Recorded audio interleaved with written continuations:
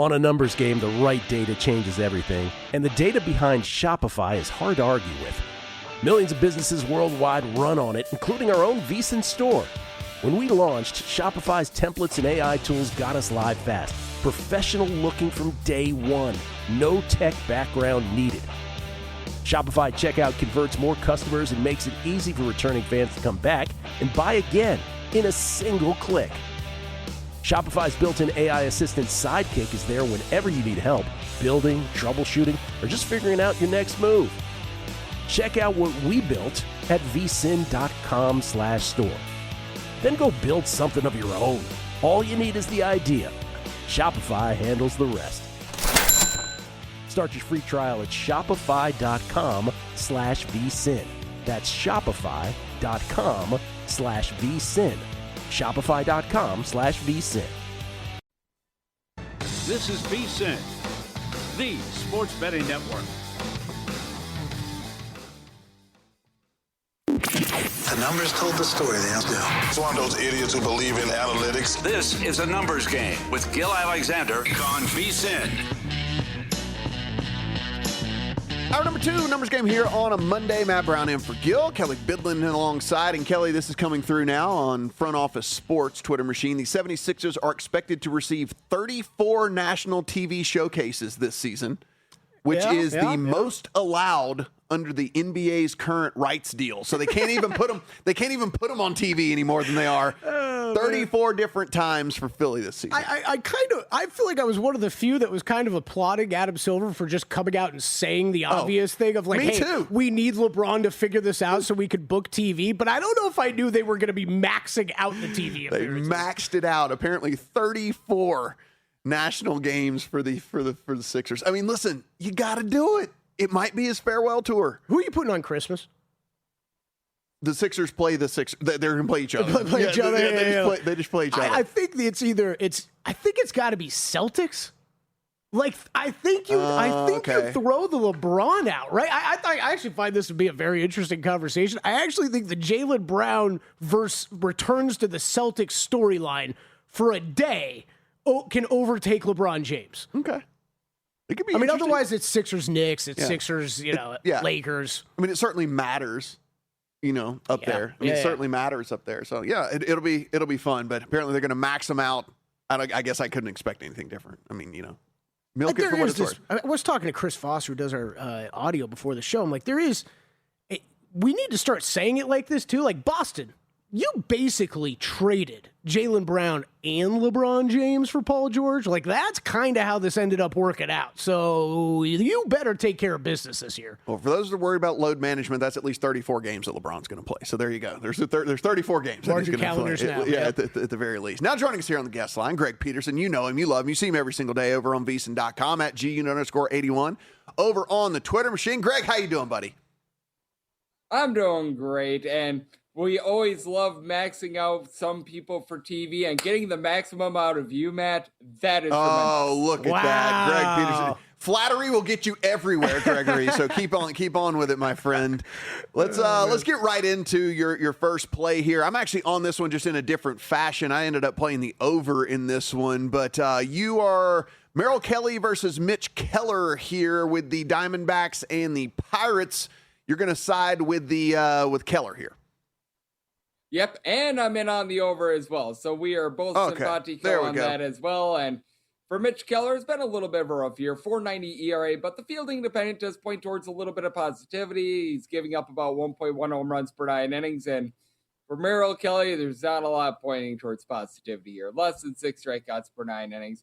ERA above a 5. He's giving up 1.9 home runs per 9 innings. So things have been all sorts of brutal there. And for the Diamondbacks, this is just not the same offense that they were a season ago as well. They are a team that's in the bottom half of the big leagues in terms of run creation away from home. But the Pirates, they average nearly 5.6 runs per game at home. Even with O'Neal Cruz being out for as long as he has been, they've been able to get these guys like Brian O'Hearn company going as well. Jake Magnum has been hitting like 300. Pirates have been really good with that offense at home.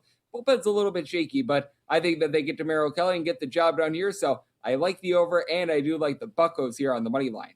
All right, like it, Greg. Moving on down the board with you. One more side. You're looking at Nationals at home today against Scherzer and the Blue Jays. For Max Scherzer, he should have probably retired after about a year or two ago. Like, I have no idea why he's currently on a big league mound. 10.29 ERA, Oof. and he has not pitched in the last month and a half. Like, this is just rough, to say the least. He's giving up 3.7 home runs per 9 innings. I think that there was some sort of a strikeout milestone that they wanted him to get to, and I think that he got there, but hasn't really gotten a lot of strikeouts this year either. And for the Washington Nationals, they're number one in terms of run creation as well. Now, they did trade Curtis Mead away over the weekend, so that hurts them a little bit, but you still have C.J. Abrams, you still have James Wood, pair of guys with 25-plus homers, pair of guys that have been absolutely Luis Garcia and company. All these guys have been absolutely tremendous for this team, so I think that the Nationals do a tremendous job in terms of getting to Max Scherzer and company, and for the Blue Jays to add to it, they're dead last in the big leagues in terms of run creation, so getting the Nationals at minus 125, I'm in on the money line. You know, maybe Max Scherzer's the data supermodel, because like Verlander hung him up, and it's like, oh, but he's going home to Kate Upton. So maybe it's a little easier to hang him up if you're dating a supermodel. So maybe just for all athletes out there, it will be easier to retire maybe if you date a supermodel. It kind of feels like a good strategy for anybody. If you can achieve it. This is true. It feels like a good strategy. You know what? Kids, grow up to date a supermodel. There you go. That's now your goal here as we move forward in life. All right, Greg. We got Martin Perez versus Zach Thornton. By the way, don't put an H on the end of Zach. He wants to get rid of that H on there. It is the Braves and the Mets. How are you looking at this one? Zach with a C on the back half of it, and I see an over here because with Martin Perez, he's not really getting a lot of strikeouts, 6.9 strikeouts per 9 innings, but neither is Zach Thornton. It's been a nice small sample size for him. He's made 4 appearances, about a 191 ERA, but 6.6 strikeouts per 9 innings. Going up against a Braves team that's in the top 5 in the big leagues in terms of run creation away from home, just a little bit below 5 runs per game away from home. Drake Baldwin has really picked it up, by the way, ever since the All-Star break. Had a little bit of a rough go of it when he was coming off the injury list initially. He's back to being at full force. And for the Atlanta Braves, I do like them here on the money line as well, because with the New York Mets, want to talk about a team that's floundering right now and has been all season long, that would be the New York Mets. But for the Atlanta Braves, I do think that they give up some runs here with Martin Perez, even with Juan Soto out. Like, with Juan Soto out, that makes it a roll of the dice with this New York Mets lineup, but they have been able to get back Francisco Lindor. Carson Bench has been able to give you a bit more as well, and we're noticing that the Mets are starting to toilet bowl with that bullpen as well, so like the over of 8 and the Braves here on the money line. Okay, I like it, Greg. Moving on, we've got Yankees and White Sox.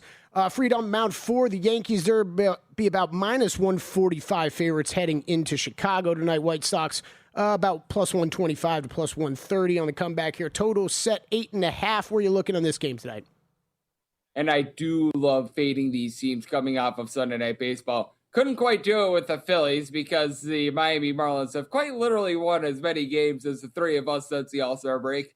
That would be 0, but that said, I was able to do so here with the Chicago White Sox, and I like the under. Max Fried actually looked really good in his first start coming off the injury list. Gives up 1 hit, 5 shutout innings against the Pirates, so you love that. But what you don't love for the New York Yankees is over the last 30 games, they're averaging about 3.3 runs per game.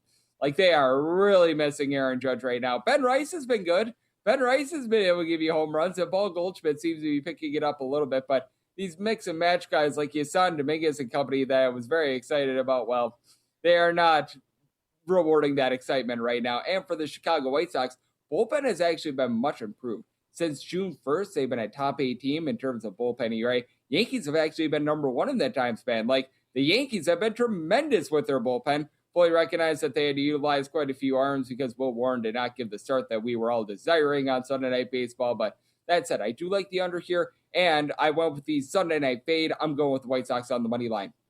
Look at that. Backing Schultz, despite the fact that he has looked about like me trying to pitch left-handed since he's been out there. No, listen, he's a big prospect. He might be able to right the ship here. So, Greg, before you came on, I want to let you know we got some Texas Roadhouse slander in here. Yeah, we did. We got so basically saying, well, okay, small criticism, which was the food was great. Okay, the food was great, but 10+ baseball games are on, and Texas Roadhouse didn't have a single one of the bar TVs on any of the baseball games. Greg, How can you let this happen?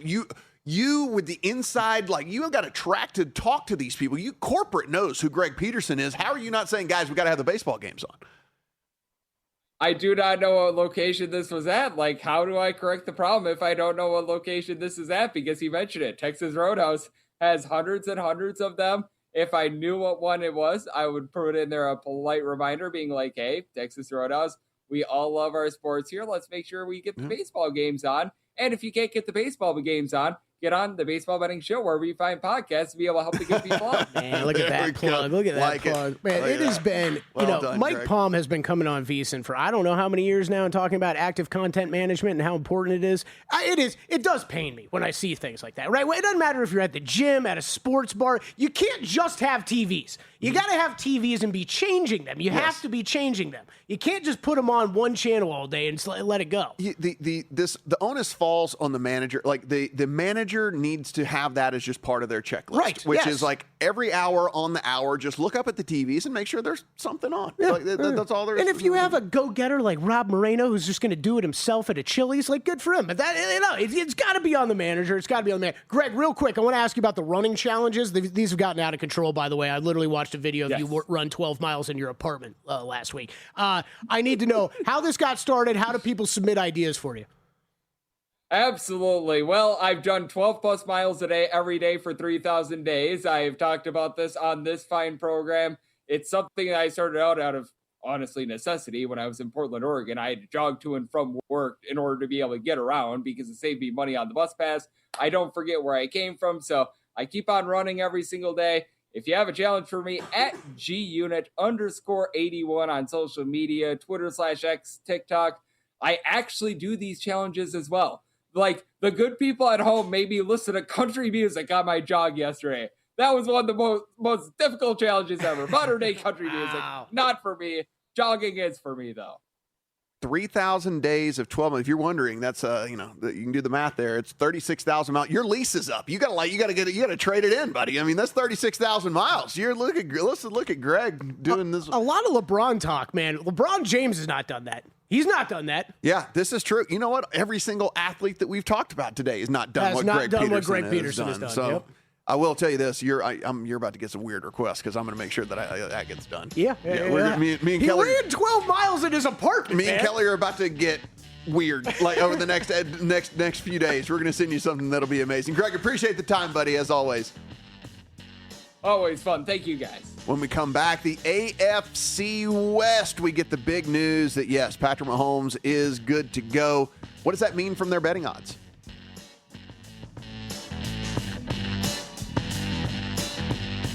You're here because you want an edge. That's what separates listeners from winners. But let's be real, mindset alone doesn't get bets home. Pros win because they've got the tools, the data, and the discipline. And now so can you. VSiN Pro gives you access to the same real-time insights the sharps use. No secrets, no fluff, just actionable info that moves markets. Tap the link and see why serious bettors are turning knowledge into profit with VSiN Pro.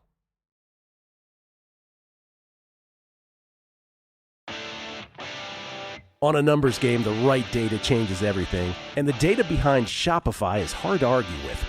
Millions of businesses worldwide run on it, including our own VSiN store. When we launched, Shopify's templates and AI tools got us live fast. Professional looking from day one. No tech background needed.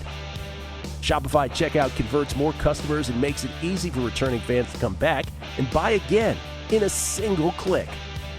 Shopify's built-in AI assistant Sidekick is there whenever you need help, building, troubleshooting, or just figuring out your next move. Check out what we built at vsin.com/store. Then go build something of your own. All you need is the idea. Shopify handles the rest. Start your free trial at shopify.com/vsin. That's shopify.com/vsin. Shopify.com/vsin.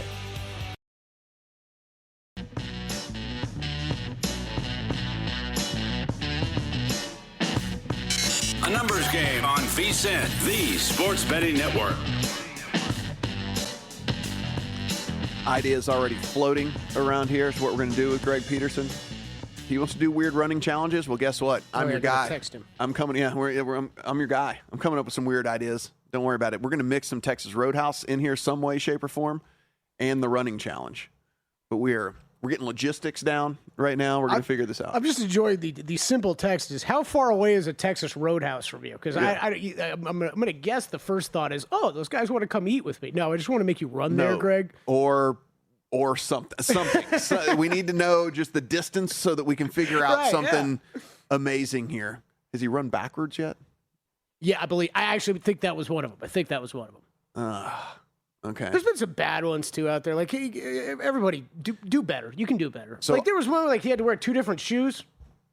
Yeah, whatever. Who cares? Yeah, who cares? It wasn't even like 2 different styles of shoes. I thought it was going to be like a loafer and like a sneaker or something. It was just 2 different sneakers. Just 2 different sneakers. There was a prop bet at the World Series of Poker about a decade ago, maybe even a little bit longer. You remember Antonio Esfandiari? No. So he was called. Greg says 12 minutes away. But what does 12 minutes mean in Greg time? Say distance. No. Not 12 minutes, like distance, miles wise. I just assume the kid runs everywhere. So, like, is that like 12 minutes by car? Why would you put things like that? So Esfandiari was the guy that was known as the magician. You remember, like, he would do the magic tricks on WPT and stuff like that. Okay. He won a couple of WPTs and all. So they made a prop bet that for the entire day at the World Series, he had to, everywhere he went, he had a lunge. So it was walking lunges. Well, that's a great one. Everywhere that he went. And if you remember when the World Series was at the Rio, it was way down that convention hall. And if you needed to go to the bathroom, it was a long way. And if you needed to go eat, the restaurants were way over in the main part of the Rio and all stuff like that. He broke down like 7 hours in, just broke down. Couldn't do it. Just for the actual leg strength, the exercise of it? Just legs just completely gave out. So he sat there through one of the breaks at the main event just because he didn't want to go to the bathroom, and he just held it until he was just about to die. Because he didn't want to do the walking lunges, and then he's on his way. And then just collapsed on the next one. That's a good one. That's a good one. What was our last time at Rio? Maybe you've been there since then. Remember? No. We had the good hookup on the tier matching from Rio. That was nice. Shout out to Rio. Yeah. And then you were there with me for the Star Trek convention, right? Yeah. The Star Trek convention. That was like 1,000 people in Star Trek. They actually have spent a decent amount of money on the Rio. They were partying, man. That was remember, we went in there. We were kind of like, oh, I remember this place being much worse than it is. Yes. It was like they had obviously replaced the carpet and stuff and whatever. Since, but still. It's all we're saying is hey, it's not as bad as maybe that you think if you go over there. We had a good time. So the AFC West is a super competitive division that I think a lot of hot takes are going to come out of this division, Kelley, because people are going to... Raiders winning a Super Bowl. Yeah, well, other than that. But I do think that the other 3 teams are all going to really, really spark a ton of debate, and probably as they should. I mean, when you take a look at a division that includes the Broncos that played very, very well, that includes the Chargers that played, at times played very, very well, and then, of course, the Chiefs that has potentially the greatest quarterback of all time, you're going to get a lot of varying opinions. That said, that quarterback is coming back off of a major injury. You have the Broncos, in which their quarterback is coming back off of injury.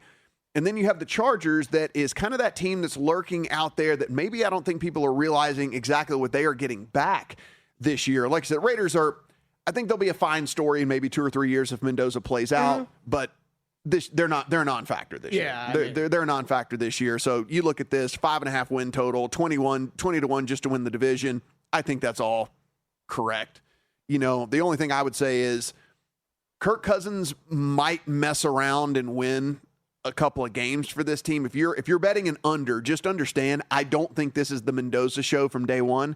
I actually think this is probably going to be Cousins, as long as they can get by with Cousins being the dude. All right, I think you just answered the question I would have for you. But if you had to bet over-under on this win total, where are you going? It would only be over. I'd have to bet over, too. Because I do believe that they are going to try to take the approach of going with Mendoza at the last available opportunity to do so, because listen, they know as an organization they're not going anywhere this year. They see the 3 teams on top of them in this division. They understand they're at least a year or 2 away from even being able to compete for a playoff spot. And so what is the point in throwing your number 1 overall pick out there just to get pummeled and potentially lose confidence, potentially whatever, especially when you have at least a capable backup that can be that bridge to him But they are also one of these teams that have a super late bye, so you could even target kind of like a week 13 type deal to start Mendoza. Then he gets a handful of games under his belt and then goes into the next year as the starting quarterback. But I think that this is a into October, if not November, type situation for Kirk Cousins, so long as he is not just an absolute train wreck out there. I think you're probably right. And it does. I think you just have to be real with yourself of where are you at in this division for the next couple years, not just this year. But I think that's why they brought Cousins in. Yep. I think you're right. I think that now that we see him in with the team, Mendoza in, everybody's happy playing together and practicing together and going to be. I think that's how you started out. Yeah, and the other thing just about this is you're also throwing him out there. I mean, your receivers are like Thornton and Naylor and Tucker and stuff. And you got Brock Bowers, who's awesome. But I mean, outside of that, you're also throwing your rookie quarterback out there with a receiving core that is like, seems like it's UFL level or US. What is that league now? UFL. It's UFL. Yeah, UFL level. I mean, I don't think you want that for him either. So I think the win total question's been interesting all offseason because I mean there are Cardinals, Dolphins, Jets, Browns on the schedule. Like if I had to bet one way, it would be over. It would not be under. Well, and you look and like, yes, it's not a good defense, but there are pieces on that defense. And like Max Crosby, by the way, still is going to suit up for as far as we know in silver and black. So I mean, he's going to be out there. Stokes at corner. Does it not feel like we've heard how have we not heard anything more on that? Yeah, I know.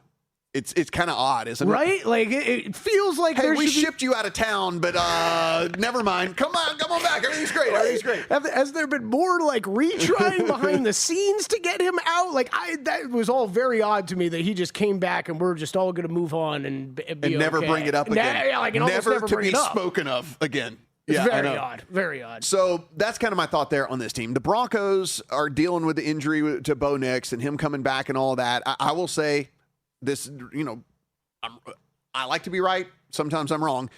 I thought Bo Nix, watching him in college, I thought he would be a below average NFL quarterback, if not a bad NFL quarterback. So far, what Bo Nix has shown me that he's at least competent and capable.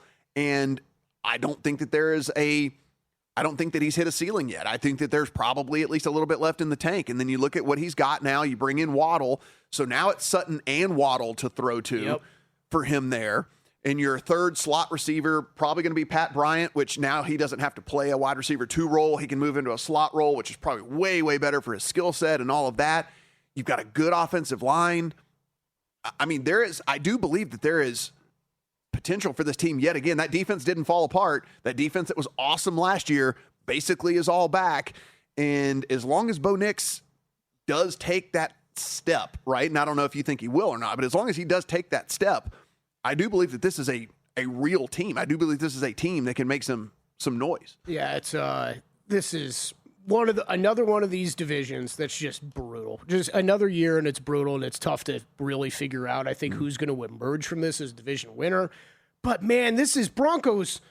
We got a lot of high floor teams in the NFL this year, and they are one of them, if not the biggest one at the top. I'm with you. I may not even be the biggest Bo Nix guy, but, like, the weapons are great. Like, I think adding Jalen Waddle, I'm already a big Cortland Sutton guy. Add Waddle to Sutton and Franklin. I think you got a great group of receivers. Evan Ingram there. That's fine. The defense is just that good. The defense raises you to an elite team. Exactly. And again, like we always say, the PFF grades aren't end-all, be-all. But they're at least a guide as to kind of where these players were, whatever. It was the number 4 graded left tackle in all of football that he's got. It was the number 1 graded right guard in football that he got. It was a top 10 center that he has. So, like, you have an offensive line that can protect you. You have multiple weapons at receiver. I don't care what you really think of the running back situation, whether you think that Harvey is good or not. I mean, again, we've seen situations work with running backs that we think are maybe middling, so long as you have the pass game. And like you said, this defense is not going anywhere. There are guys at every level. There are guys in the secondary. There are guys on the line. There are guys at linebacker. I mean, this is just defense full of dudes. And so if you look at this and it really is going to come down to Bo Nix and the health of Bo Nix and what you think about Bo Nix. Yeah, this is a circle your calendar one for me, right? This is you start off the season with Chiefs, Jags, Rams, 49ers, Chargers, Seahawks. might be waiting a while, but that's October 15th. I would rather see them get by all those teams and then look at it over then. Guys, just don't take our word for it. You can go in, get our NFL guide. You can see what everybody thinks about this, not on this team, but this division as well. VSiN.com/subscribe, $175 now until the end of the Super Bowl. Every single thing we do, not just pro football, but basketball, baseball, and everything in between. You get that over at VSiN.com. When we come back, we will continue this discussion about that Chiefs team and getting Patrick Mahomes back. Some unfortunate news coming out as well as we've been on air. And then what do we think about this Chargers team? I think there's a gain that they got in the offseason that a lot of people aren't talking about.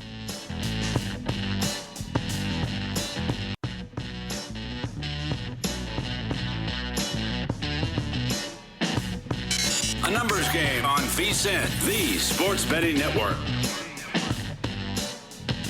Numbers game here on VSiN. Matt in for Gil.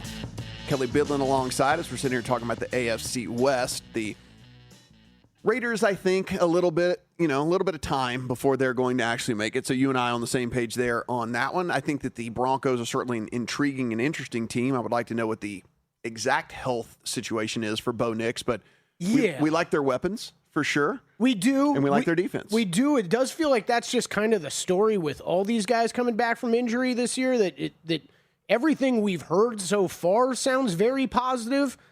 I guess that should at least be noted still. For me, it's still a note, right? Of Bo Nix, I'd still like to see more. I'd still like to see more out there. Yeah, there hasn't been a ton of stuff come out about him, and so we'll see how that plays out. Now, we are going to continue on here with the AFC West. We get to the Chiefs and just some news coming out. This is not necessarily a betting nugget, but we report on some news here as well. And if we're going to be talking about the Chiefs, we might as well bring this up. Yeah, absolutely. This is wife of Kansas City offensive coordinator Eric Bieniemy shot by the couple's son Sunday night at the family's home in Virginia. That is according to ESPN. Them reporting that here this morning. The story kind of continuing to develop. Mia Bieniemy, 57, hospitalized in stable condition, according to ESPN. So something that we'll be developing throughout this morning. Just a tragic story on the heels of a busy news weekend for the Kansas City Chiefs. Yes, because we did get cleared for Patrick Mahomes to go in and participate in all football activities, and I thought that was kind of a giveaway whenever they did the schedule release. And there is just absolutely no way that they were going to put the Chiefs in a marquee game in week number 1 if Patrick Mahomes wasn't going to be back. And so I'm guessing that the NFL already knew this, and that's the reason that the schedule played out the way that it did. But officially official, as you and I talk about all the time, sometimes things need to be officially official. So it is officially official that he is going to be able to be out there with his teammates. And, I've always said this, potentially maybe the greatest quarterback that we've ever seen. We'll see how it all plays out, and we'll see where the career ends up with all of that, Kelley. However, there are some things about Patrick Mahomes that make Patrick Mahomes. That weird escapability, that weird the weird ability to go and pick up a first down on 3rd and 4 and 3rd and 6 and things like that whenever a pocket collapses. And I don't know if this injury is going to affect any of that. I don't know if Patrick Mahomes is not going to look like 100% of Patrick Mahomes, but it is at least something to consider whenever we try to handicap this team, because getting those extra first downs, getting those extra yards, getting that extra time to throw and do the circus throws that he's able to do because he's able to buy time, if that is affected even in the slightest amount, well, then that does make Patrick Mahomes at least a little bit more human than the superhuman that he's been. Yeah, definitely. I thought this was a great write-up in the NFL betting guide over at VSiN. Go check it out. I thought some great points made here. I believe this was Steve Mackinnon wrote this one up. Mahomes on the decline, ? This defense on the decline, ? Kind of the numbers over the past couple years would tell you it's kind of moving that way. And while I think Patrick Mahomes is awesome and one of, if not the best quarterback in the NFL, all we've seen over time here is more and more weapons leave this team on the offensive side of the ball. Them have to reorganize things on the defensive side of the ball. I think in a very tough division, there are some tough questions for the Chiefs this year. Yeah, remember Bieniemy coming back now to be the offensive coordinator, taking over for Nagy there with this. And you look, they do bring in Ken Walker at running back, and whether you think running backs matter or not, I can tell you they have been lacking in that department for a few seasons now. And so Ken Walker can only be an upgrade, because this was Pacheco, good for a season and a half, but that angry running ended up just not actually playing out for the long term there. For that, they go out and they draft Mansour Delane, cornerback out of LSU with their number 1 overall pick. They get Peter Woods as well from Clemson at pick number 29. So you get a defensive lineman and a corner. I think that is also telling as to their strategy as to what they feel like they needed to work on more, specifically probably being in the division that they're in. We talked about the added weapons for the Broncos. You talk about that you have Justin Herbert inside that division as well, with him playing as well as he is. And so they go out and make the focus there on the defensive side of the ball to go along with at least a defensive line that should be able to create a little bit of pressure with those edge guys and Karlaftis. And, of course, you still have Jones on that line. So it's not like I think that this is going to be a precipitous fall or anything for this team, and I don't think that we're going to look up and it's like, oh, the Chiefs have a losing record or anything, Kelley, but I do think that there's a world that exists where this team looks a lot more mortal than the immortal teams that we have seen, that we've come to grow and love from this team over the last decade. Yeah, agreed. I did like the additions in the draft. I think those were 2 positions you needed to address. 18th rated pass rush over at Pro Football Focus last season. I think especially what you've seen with what the Broncos are putting in front of you, and then a healthy offensive line returning for the Los Angeles Chargers, got to be able to get after the quarterback. So I think Woods was a good pick by them. I'm never going to count out Patrick Mahomes, man. I think this is going to be interesting to see what this season turns into for them in another year where it's a very competitive AFC. The Chargers, and I'm glad that you brought up kind of what I was talking about here in the tease, which is one of the big things that we forgot about was that they lost Rashawn Slater early on in the process last year, and with that, they had to move Joe Alt to the left tackle position. He's a right tackle. He's playing out of position. Then you're looking up and Justin Herbert's running for his life on, every other drop back basically last season. Well, Slater will be back. You get to move Alt back over to right tackle where he wants to be. You got a good center in there. Now, the guard position is a little shaky, but if 3 of the 5, maybe it's more of a sum of the parts type thing for that offensive line. What do you believe in the wide receiver core? And that's basically what this comes down to. I don't think anybody questions Justin Herbert. I don't think anyone questions what we saw out of Amari Hampton at running back. I don't think anyone questions that at all. But do you believe that this receiving core is going to be good enough for Herbert and them to compete against a defense like we're going to see out of the Broncos, this kind of new look defense we might see out of the Chiefs here? And that is my big question with this Chargers team. Me too. I mean, I think that if you were to tell me you added one good receiver to this team, it probably would be pushing the Chargers over the top to my division pick. Mm-hmm. But man, it's still just lacking there, right? And I know I'm always the guy who's killing Justin Herbert, but it's just more about, hey, let's keep him real and keep him accountable for what he does in the playoffs too. And it hasn't been a lot of success, but man, there's not a lot of weapons for him to feel comfortable with out there. At least high level enough weapons for us to expect this to be one of the best teams in the AFC. Man, is everything gonna click on the defensive side of the ball when Jesse Minter moves on? How much of an impact does Mike McDaniel make there on the offensive side of the ball? We've seen that guy do big things before with little-known weapons and well-known weapons too. So maybe this isn't as big of an issue. But man, I think it's going to be a wait-and-see approach for me, Matt. But I think there's a lot of reasons to like this Chargers team once again this year.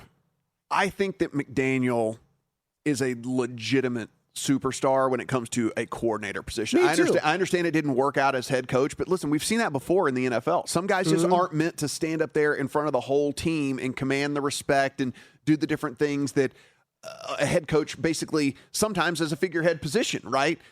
I do think from an X's and O's perspective, and I do think from a, hey, let's get creative with one of the better arms in all of the NFL type situation that McDaniel can do some special things with this team. But again, you're throwing to Quentin Johnston, Ladd McConkey, and Trey Harris. Now, all 3 of them in their own individual bubbles were all highly regarded at one point by draft scouts and all. And you and I are not talent evaluators and all that.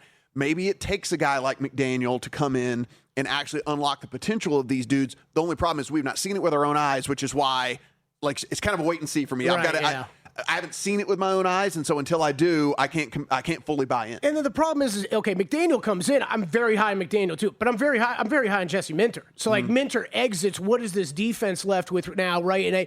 And I think there are fair questions here of okay, Khalil Mack, Derwin James, like these are names, and it sounds great, and I think they still have an ability to play to a very high level, but like, we are getting a little further on in some of these guys' careers. Are they going to be able to keep rolling out there and doing it every single year? I think it's fair questions for that. I think this is, it's going to be a wait and see for me. Really on all these teams in the AFC West. Wouldn't be shocked if any of them are one of the teams to beat in the AFC. Yeah, I'll put it this way. Let's just play a what if. What if I gave you the free 100 Matt bucks and you had to bet one of these teams to win the division? I'm going Broncos then because you're giving me the highest floor team, one of the highest floor teams in the NFL. So I am as well, specifically given the price attached at the plus 225. I don't think the gap between them and the Chiefs and the Chargers, and honestly, I think the Broncos might be the best team right now as we step into this season. And so I actually think there's a little bit of value there on them at the plus 225, given the other numbers, plus 160, by the way, on the Chiefs and plus 190 on the Chargers. They're the third shot, and I don't think that they are very far off from either one of those teams, if not the best of the three.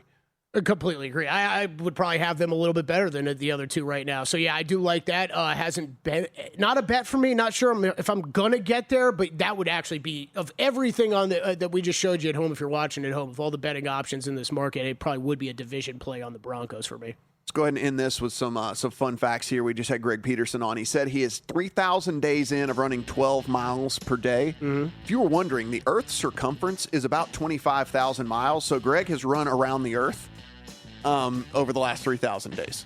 Oh, not more than once? I was expecting you to say like twice or three times. Plus 10,000 miles. I mean, it's about 25 plus 11,000 miles. Yeah, so he's made it about a time and a half around planet Earth. You go, Greg.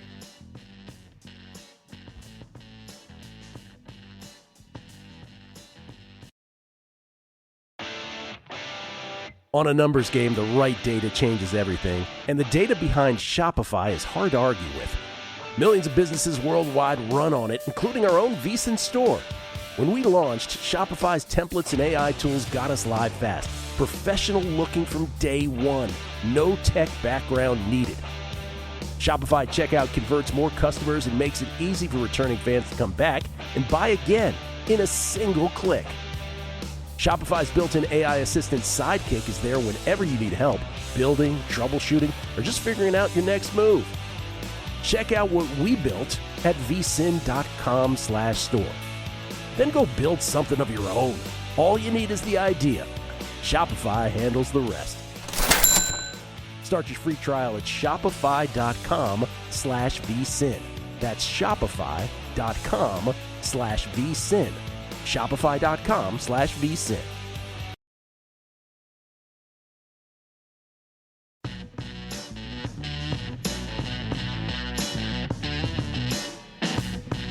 A numbers game on VSiN, the sports betting network.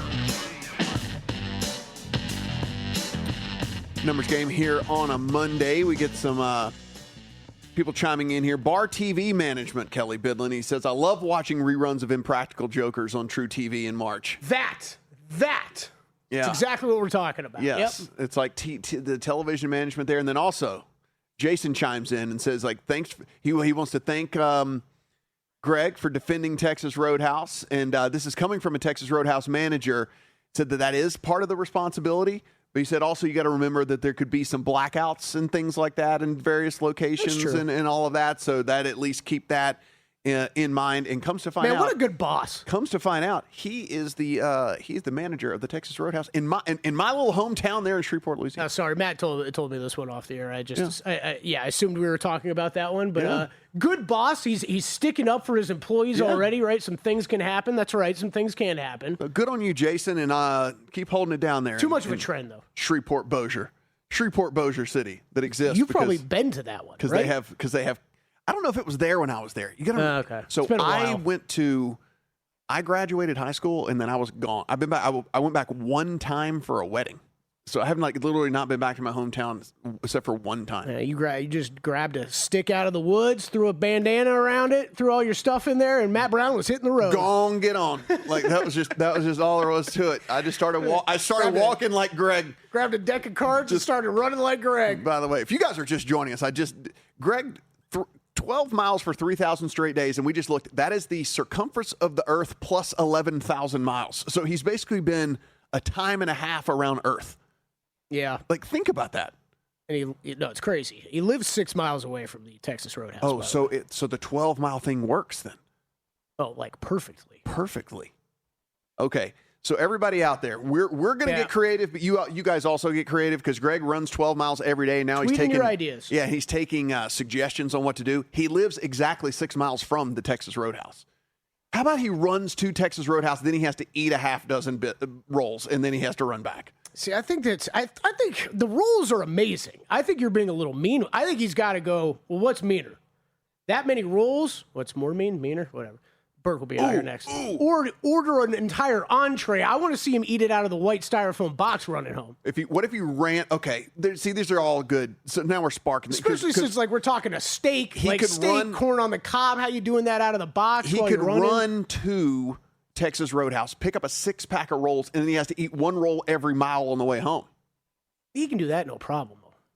You think the 6 rolls is no big deal? Yeah, I don't think 6 is a big deal. I think you're we're going to get some good ideas. The 12 to every mile, yeah, I think it's a problem. We're gonna get some good ideas out of some people. I have a really good feeling that we're going to get some creative ideas that are going to be coming out of people. All right, guys, 20 leagues, one mission, Just Win Bets, baby, your premier source for daily sports betting picks. To break down the data so you don't have to. You can scan the QR code if you're watching on one of our platforms that has video, or you can visit justwinbetsbaby.com today. Start betting smarter with Just Win Bets, baby. The name says it all. We were kind of putting a bow here on the AFC West, and both of us said I think we would bet the Broncos, and I don't think that that's even really a crazy take. Whenever you do look what they're returning on the defensive side, what they have on the offensive side, the addition there of Waddle, I do believe that is all things that are very, very big when it comes to that division specifically. We don't know exactly. I assume Patrick Mahomes will be Patrick Mahomes, but I've made some assumptions that have got me in trouble plenty of times before. Real quick with that, though, because I do think this is something that I'm getting closer to. I don't know if there's a play to be made, but like the top of the MVP board, you have some quarterbacks where, okay, Mahomes, I think at least fair to question where exactly he's at health-wise entering the season. And maybe it's nothing, but I think it's something you should be aware of. And as high as I am on Josh Allen, it is like the passing numbers continuing to go down year after year and them lean more into the right. Like, I think that's something you have to take into account. So I just, whether it's by scheme, injury, I do think we like to say it's a crowded top of the MVP board, but I think there's starting to see ways where you can see a clearer path for others. Yeah, I mean, I look at Mahomes, and unless it is a absolute complete disaster of a season because the league loves him so much and everybody loves him so much or whatever, I think they can already like engrave the P on the Comeback Player of the Year award. I completely agree. I did hear an interesting counter to this argument recently.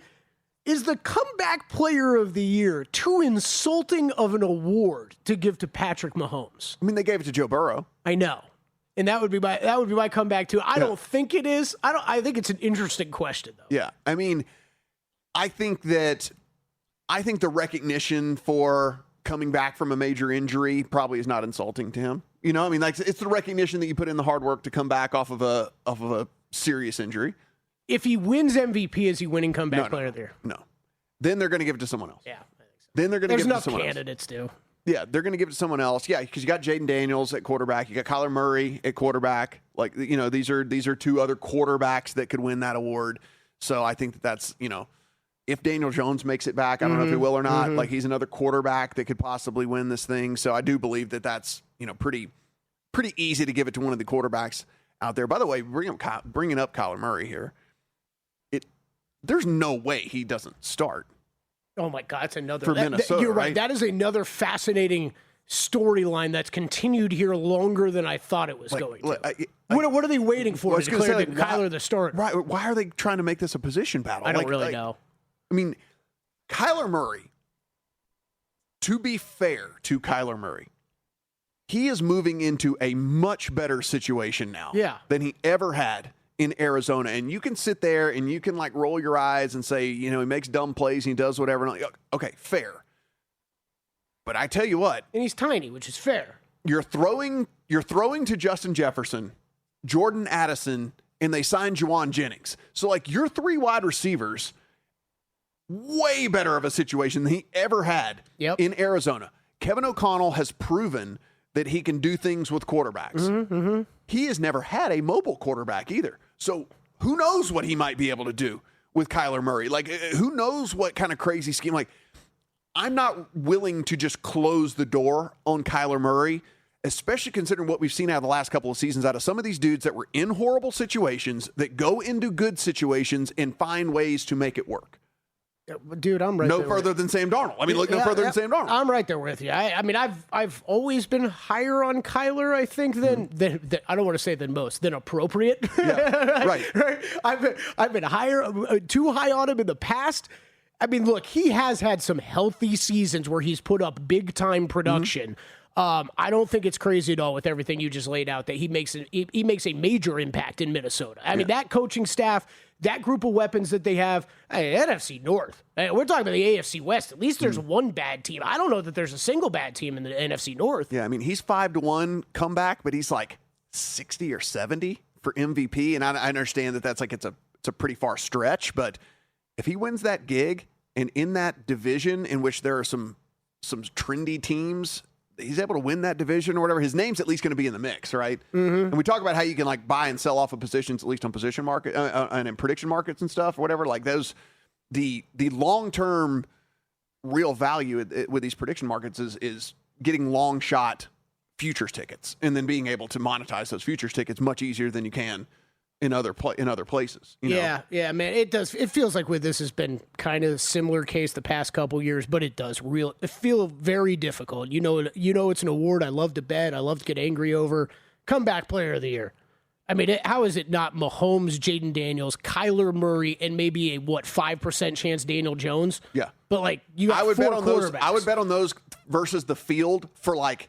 Me too. More than I would lay, you would ever think that a person would lay. But, like, yes, because they want to give it to a quarterback. And the thought of all four of those guys flopping is just insane with that. I did have another baseball game we can talk about real quick. Orioles at the Tigers. This is Kyle Bradish going up against Keter Montero. I'm playing the under 4.5 on the first 5. That's going to cost you about -115. But if you look, of late, both of these guys, Kyle Bradish and Keter Montero, are really, really dealing. Over the last 5 starts for Keter Montero, it is a 2.20 ERA that is backed up by a 2.39 expected, a sub-1 whip, and nearly a 30% K rate. Kyle Bradish, over his last 5 starts, a 2.23 ERA backed up by a 2.83 expected, a sub-1 whip. Now, he doesn't strike out the amount of guys that Montero does, but has been inducing a lot of weak contact, and that's kind of what I'm looking for here with 2 light-hitting teams in the Orioles and the Tigers as well. So under first 5, 4.5 there in the Orioles and the Tigers. Hey, another Game 7 for those Detroit Tigers. Yeah, I mean, seriously. Another Game 7. And seriously. Real quick before we wrap it up, AFC West bets. Have you made any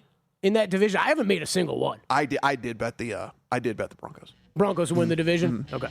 I did bet the Broncos to win the division. It is a... like you said, the defense makes that team have a very solid floor. And as long as Bo Nix is fine from this injury and you add those weapons, whatever, I actually like them the best out of those 3 teams. Me too. Pretty easily. Joining us here in studio when we come back, our very own Adam Burke, baseball, football, and beyond.